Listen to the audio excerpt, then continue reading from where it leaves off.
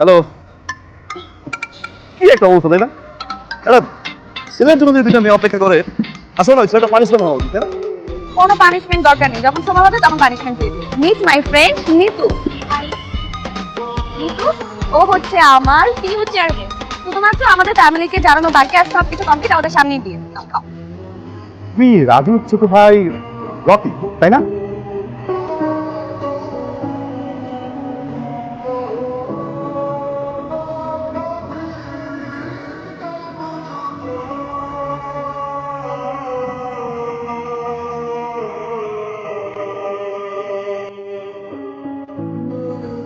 কি হলো?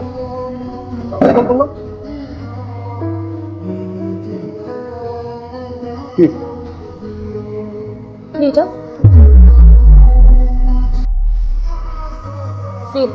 ছবি, হ্যাঁ। কিসের ছবি?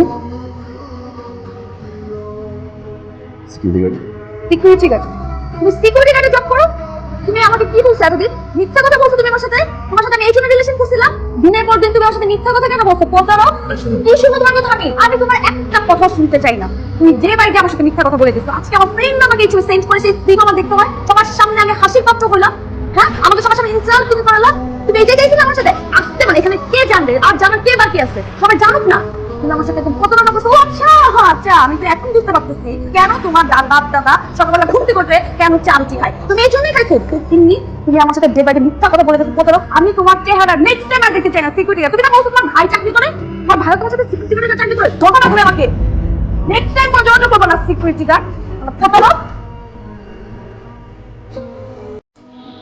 আমার কেন জানি মনে হইতেছে ও ওই দিন কিছু একটা আমাকে বলতে চাইছিল, আর আমিও রাগের মাথায় কারো কথা শুনি না। সবার সামনে যেভাবে রেস্টুরেন্টের মধ্যে চিলেছি, আমি রেস্টুরেন্টে তো ঢুকতে পারবো না।